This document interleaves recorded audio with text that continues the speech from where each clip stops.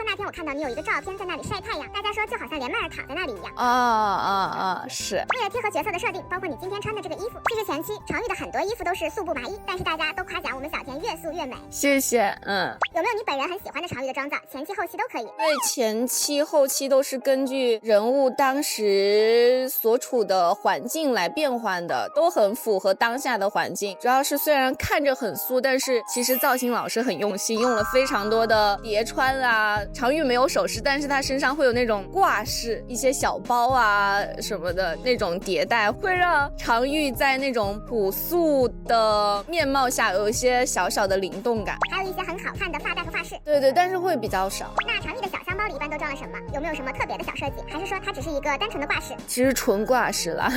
你有一个造型特别好看，就是穿着橙色的衣服，是后期的时候。对，那是后期的，当了侯夫人入府的一个造型。这里面有一个很好玩的小设定，常玉不会化妆，但是她在自己的脸上涂了很多的胭脂水粉，脸上就红红的，超级美萌。小田能不能展开的给我们聊一聊剧里面这一趴的小设定呢？其实这一趴的设定是常玉要把自己打扮成一个侍女的样子，就需要在脸上做一些妆，但是常玉没有人教她化妆，她母亲又去世的早，自己每天又忙着照顾妹妹，忙着杀猪，并没有这样化妆的经验，所以会下手重一些。看到满脸腮红的自己，感觉怎么样？我觉得还挺有特点的，好玩又很美萌。在维持家里生计的情况下，常玉还毅然决然地把素昧平生的谢征捡回家，救治她，照顾她。想问问你觉得深层次的原因是什么？我觉得这可能跟她自己的经历有关系。她当时认为自己的父母的死因就是被山贼所害嘛，当见到同样被山贼所害的严正的时候，她会想伸出手去帮他一把。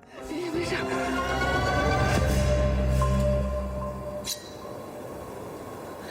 今生做头好猪，来世做个好人。正是我娘亲让我救你的。想问问用什么样的法宝可以交换到常玉的卤味配方？银子。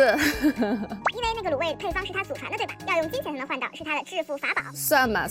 韩常玉经常一键切换到脏包模式，想问问剧里面什么样的情况下我们常玉会秒变脏包？其实就是干活嘛，剧里面在干活会把自己弄得凌乱一些，还有后面逃亡的时候。对，被追、被迫害、被敲打的时候。